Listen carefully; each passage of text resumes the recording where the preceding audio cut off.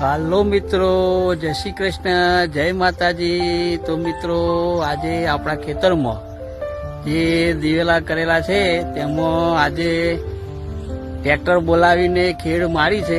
આ ખેડ આ હોત થઈને ત્રીજી ખેડ હશે। હા, ત્રીજી, બરાબર, ત્રીજી ખેડ મારી આપણે। અને ત્રીજી ખેડ માર્યા પછી તમે જોઈ શકો છો આ રીતના દિવેલા આપણા થયા છે। તો મિત્રો જોડેલા રહેજો, વિડીયોને ક્લિપ ના કરતા।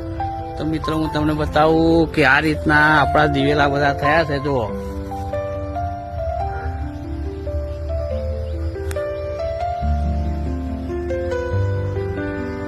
આજે સવારે જ ટ્રેક્ટર બોલાવ્યું હતું અને આજે ત્રીજી શેડ મરાઈ, મતલબ કે ત્રીજી વખત ટ્રેક્ટર બોલાવીને ખેડાયું। અને હવે આજે સાંજના સમયે ટ્રેક્ટર વાળા ભાઈ પાવડો લઈને આવશે અને પાવડો મારશે, એટલે કે આ દિવેલાના થડમાં પછી એની પારી લાગી જશે।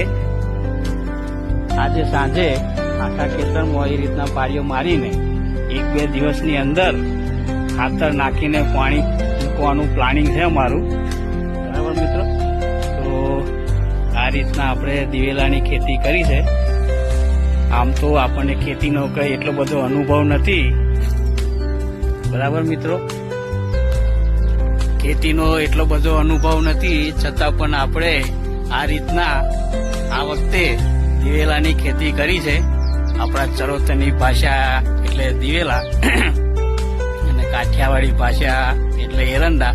તો આ રીતના આપણે એરંડાની ખેતી કરી છે। આપણે ઘણા સમયથી જોબ નથી કરતા, એટલે આપણું પૂરેપૂરું ફોકસ ખેતી પર લાગેલું છે અને પૂરેપૂરું ફોકસ આપ્યું ત્યારે જ આ રીતના દિવેલા થયા છે મિત્રો। સવાર સાંજ 2 ટાઈમ હું ખેતરમાં ઓટો મારવા આવતો હોઉં છું, કંઈક ને કંઈક કામ કરતો જ હોઉં છું અહીંયા, અને એના લીધે આ રીતના દિવેલા આપણા તૈયાર થયા છે। તો મિત્રો તમે જોઈ શકો છો, હવે સાંજે ટ્રેક્ટર આવશે, પછી પાવડો મારશે અને પારી બંધ જશે, એટલે 1-2 દિવસની અંદર આમાં ખાતર નાખીને પાણી મૂકવાનું પ્લાનિંગ છે અમારું। તો મિત્રો આ હતો મારો આજનો બ્લોગ। તો તમને બધાને મારો ખેતીને લગતો બ્લોગ કેવો લાગ્યો તો લાઈક, કમેન્ટ અને શેર કરજો।